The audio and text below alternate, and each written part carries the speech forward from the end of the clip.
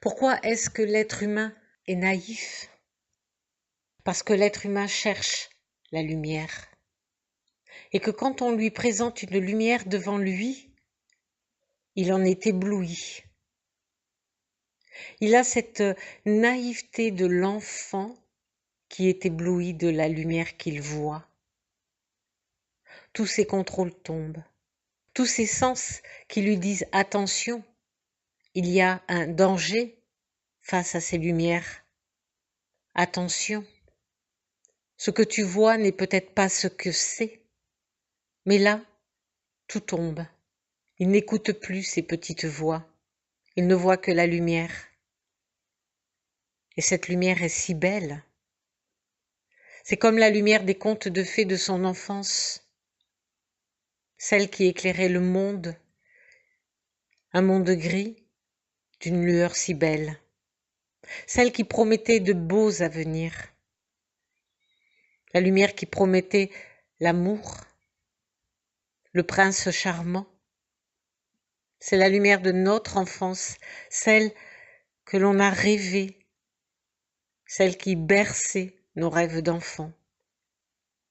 On ne l'a pas oubliée, cette lumière-là. Et quand on voit une lumière, on dit que c'est celle-là, c'est la même. Alors on se plonge dans nos rêves d'enfant. Elle nous berce de ces mots tendres, de ces illusions. Elle nous fait croire que la douleur est le passage obligé pour la voir.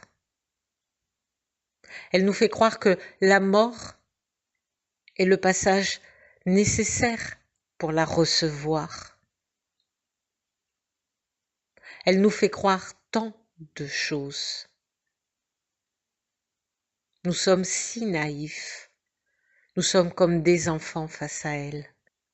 Nous ne voyons pas l'ombre qui la suit. Nous ne voyons que son éclat. Et nous sommes éblouis. C'est en cela que l'être est naïf. À aucun moment il ne remet en question la lumière qu'il voit parce que c'est une lumière et que la lumière est le contraire de l'ombre. À aucun moment il ne remet la lumière qu'il voit en cause. À aucun moment il ne s'interroge sur la véracité de cette lumière. Il la court, il la suit. Et même quand il part de cette vie, il la cherche, il la retrouve. Et il se rend dans un de ces paradis, dans un de ces lieux de béatitude. On dit qu'il y en a 7 et qu'il faut tous les grimper, les uns après les autres, vie après vie, pour arriver à celui qui est le plus proche de Dieu. Et quand on est là, qu'est-ce qu'on y fait?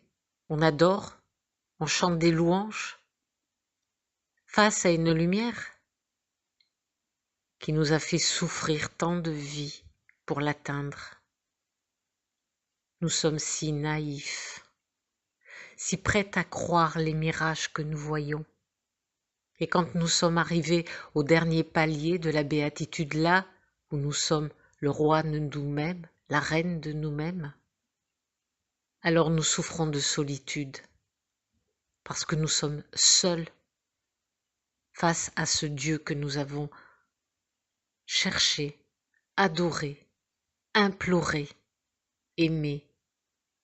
Et nous nous apercevons que nous n'avons pas aimé.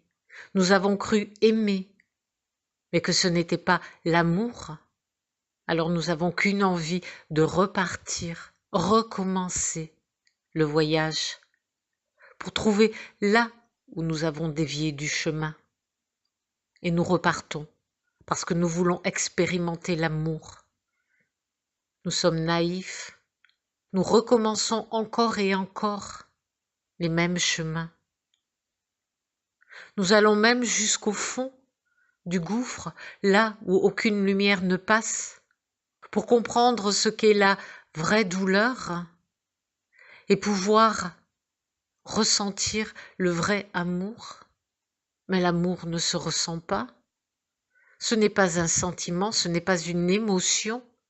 L'amour est une vibration, c'est un feu.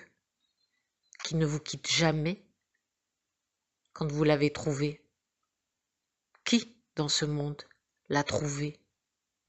Nous devons entrer dans la conscience, dans une conscience supérieure. Nous devons écarter de nous toutes ces fausses lumières, ces fausses croyances. Rien n'est au-dessus de nous, rien n'est en dessous de nous. Pas même un Dieu qui se fait passer pour l'être suprême, celui que nous devons adorer. Celui qui nous amènera dans des paradis de béatitude et de solitude. Nous devons sortir de tous ces lieux où nous voyageons régulièrement, nous retrouver celui ou celle que nous sommes réellement.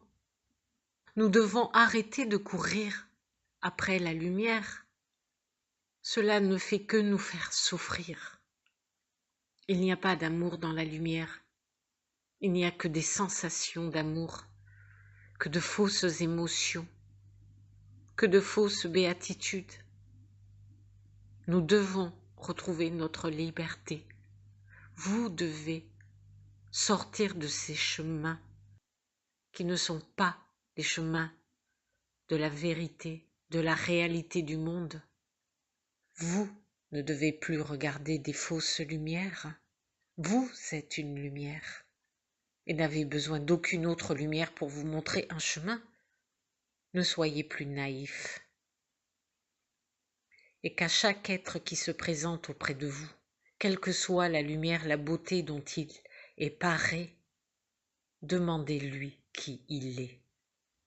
Ne le laissez pas maîtriser votre vie. Vous avez droit à vivre dans la réalité de l'univers et de la source créatrice des mondes. Courez, partez. Ne regardez plus ces lumières.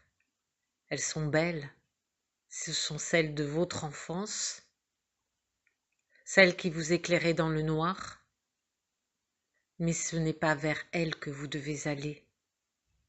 C'est vers vous, uniquement vers vous, pour sortir du cycle des réincarnations et pour enfin atteindre l'être que vous êtes, la source de vous-même.